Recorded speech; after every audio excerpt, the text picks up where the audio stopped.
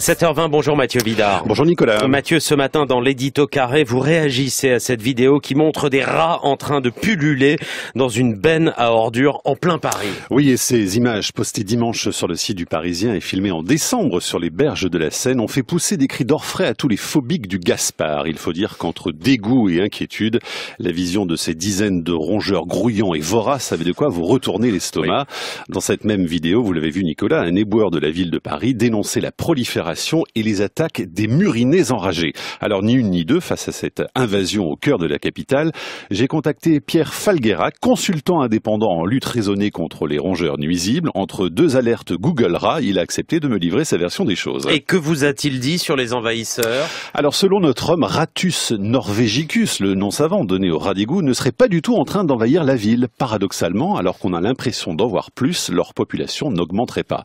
À Paris, nous aurions 1,75 rats par habitant. Ces animaux qui sont de grands timides, craintifs et nyctalopes évitent le jour et ils passent habituellement les 3/4 de leur temps planqués dans les corps creux des villes comme les égouts qui sont pour eux des lieux d'hébergement privilégiés.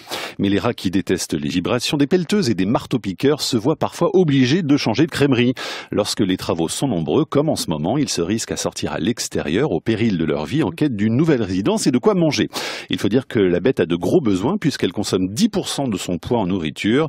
Ceux qui ont été filmés dans la benne à ordures parisienne devaient être affamés et dans une situation précaire. Chez les rats, seuls les plus costauds parviennent à survivre en cas de migration forcée. Et comment éviter ce que l'on croise en grand nombre? Alors, le plus important selon Pierre Falguerac, c'est d'avoir une gestion des ordures qui prend vraiment en compte le mode de vie et le comportement de cet animal, un peu d'éthologie car le rat est d'une intelligence redoutable, capable d'adapter ses habitudes aux horaires des éboueurs et même de sortir au rythme des feux rouges. Ses capacités cognitives lui permettent d'apprendre à une vitesse fulgurante en faisant des déductions par comparaison d'expérience pour éviter les pièges. Un aliment qui rendra malade un congénère ne sera plus consommé par les autres. Les mères apprennent aussi à leurs petits à s'écarter de certaines odeurs ou matières dangereuses. Et si l'un d'eux se fait attraper, son cri de douleur sera transmis au reste de la communauté. La règle pour éviter d'attirer le surmulot est donc de maintenir une propreté urbaine irréprochable avec des corbeilles inaccessibles, aucune poubelle sur les trottoirs et horaire de passage des ordures laissant peu de temps entre le dépôt et le ramassage.